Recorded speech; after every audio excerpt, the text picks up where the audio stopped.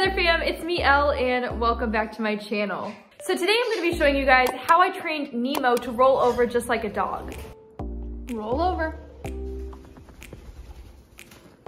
Before we get into today's video, this video is sponsored by Fellow, a brand of the coolest coffee mugs, pots, grinders, and everything coffee. So it was really easy to teach Nemo to roll over because as you've seen, Nemo does really like to go on his back. He actually just rolls on his back and will just roll around for fun. It's a play behavior for them. And it's very common, especially for conures and especially for baby conures. Another parrot that's really well known for doing this and a lot of other goofy things are kikes. They usually really love going on their backs and it's very easy to teach them to roll over just like with conures. I've also seen that macaws and some species of cockatoos sometimes like to roll over on their backs, but it really just depends more on the individual bird. Kermit is a conure, for example, and he hates being on his back. Like, he has never rolled over onto his back on his own. He doesn't play on his back. Even when he was a baby, he never did. So the key with rollover is really about knowing your own bird, never rushing your bird, never pushing past their comfort zone, and you also have to accept that some birds will not learn how to roll over. If they just hate being on their backs and they hate being upside down, they're probably not gonna roll over. Like, most cockatiels absolutely hate being upside down. They are just not birds that naturally go upside down very often, so I wouldn't even try to teach Ducky to roll over. If I tried to grab Ducky and put her on her back, she would absolutely hate me. And the only time I ever put Ducky on her back is if I have to restrain her to clip her nails. If you're watching this and you have a cockatiel, then chances are you are not going to be able to teach your bird this trick. Same thing with budgies. I actually have never seen a budgie roll over. I have seen parrotlets do it. So if you have a parrotlet, there's definitely a chance, but it really all depends on the individual bird. Before getting started with any of this training, your bird has to be very comfortable with all kinds of touch. And your bird can't be skittish or untame in the slightest. Your bird has to be very, very comfortable with you.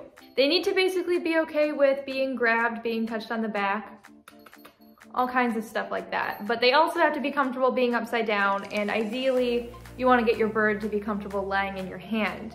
And Nemo is the only bird that I have that actually enjoys going on his back for fun, like this. Whee!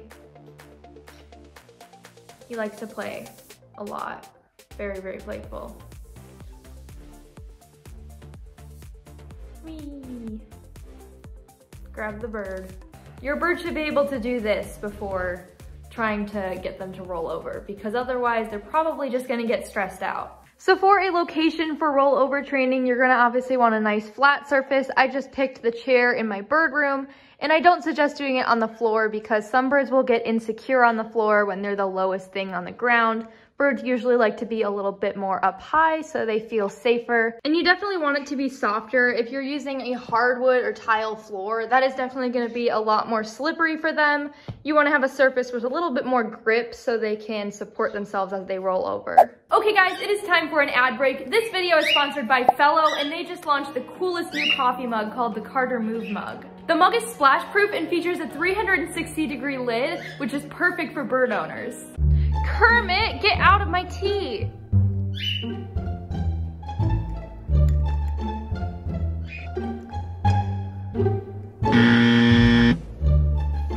I have to be really careful about what I drink in the bird room because caffeine is toxic to birds, and they are always getting into my drinks. So when I'm around the birds, I can't drink coffee and I'm limited to herbal tea. But now there's a solution. My new Carter Move mug with a 360-degree sip lid.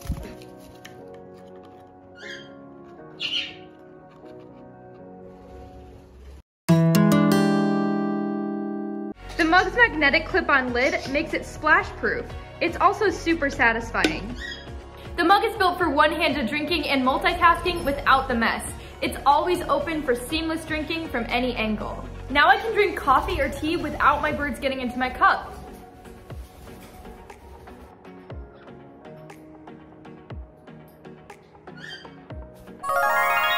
Go to fellow.fyi/L360 to get your very own 360-degree Carter Move mug.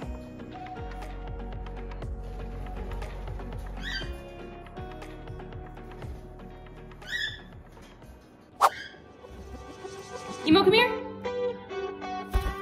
Good.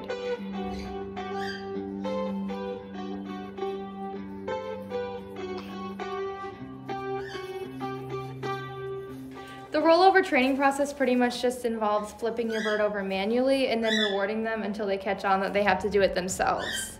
All right, so the first thing you want to do is just kind of grab onto your bird's side, kind of hold their foot. If they'll grab on, that would be better. And then just kind of tip them over like that. If your bird is completely comfortable with going all the way onto their back, you can start doing that too. The main thing with rollover is you just want to repeat over and over again, manually flipping them over and getting them to do the entire motion until they just sort of learn how to do it themselves. If your bird likes to play on their back, you can sort of use play as a driver. So you can kind of wiggle your hands and just get them to roll on their backs and then give them a treat. And then start saying your verbal cue, roll over. Good bird, as you flip them over.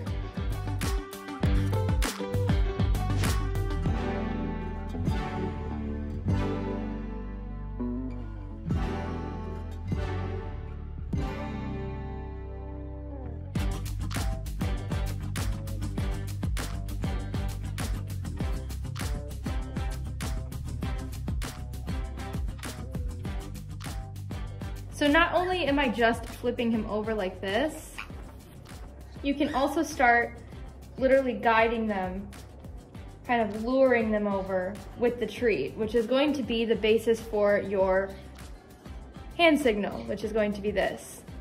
Roll over. Good bird. Once your bird understands the concept that you're going to be flipping them over, they're gonna start anticipating it and then shifting their own weight in order to flip themselves over, and you're gonna feel this. They're still gonna be grabbing onto you with their foot, but the goal is to have that less and less. So you're gonna just have them put their foot on your hand and then actually just kind of lure them over yourself. Good bird.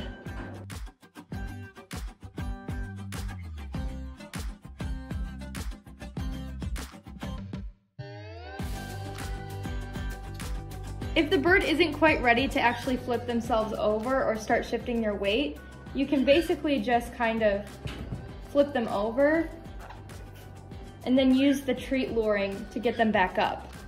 So I just flipped him over and then I'm going to show him the treat and then he's gonna get back up because he sees that treat and he wants to get it.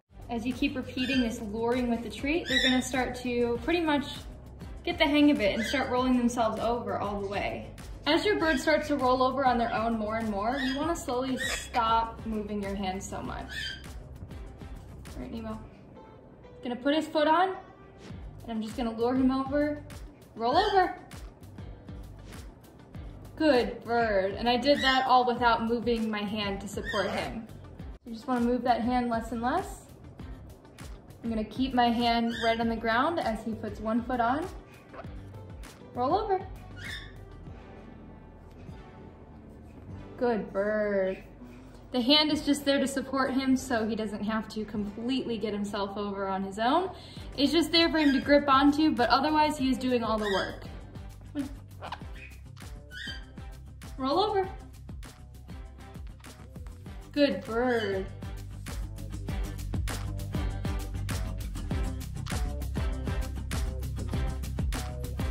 So if your bird understands this and they are doing most of the work rolling over themselves, you want to start to make your cue, your hand signal, instead of actually luring them with the treat slowly, you want to just kind of speed up that motion, look more like this. Roll over. Roll over. Good bird. I'm still using that hand for support for him to grip onto, but not moving my hand at all. All right, Nemo. Roll over. Good. So in order to phase out your hand being there for gripping purposes, I'm still gonna put my hand next to him and I'm going to sort of guide him over and show him the way to go, but I'm not actually gonna let his foot grip on. Nemo, ready?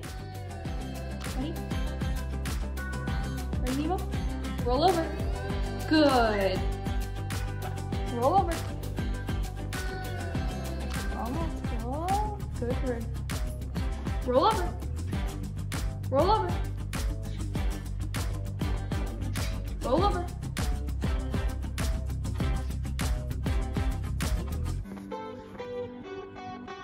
Roll over. So once your bird has got that down, they should be pretty understanding of the concept that they have to roll over, and you can try to get them to roll over without that second hand being there for support or guidance at all. And instead, you just take your treat and use your cue, a flick of the hand like this, roll over. Very good bird. And they should be rolling over themselves. If your bird still needs a little bit of guidance, you can actually bring back that other hand just like this and use it for as long as your bird needs until they understand that they have to roll over all by themselves. And now you have the completed bird roll over trick. Roll over. Very good.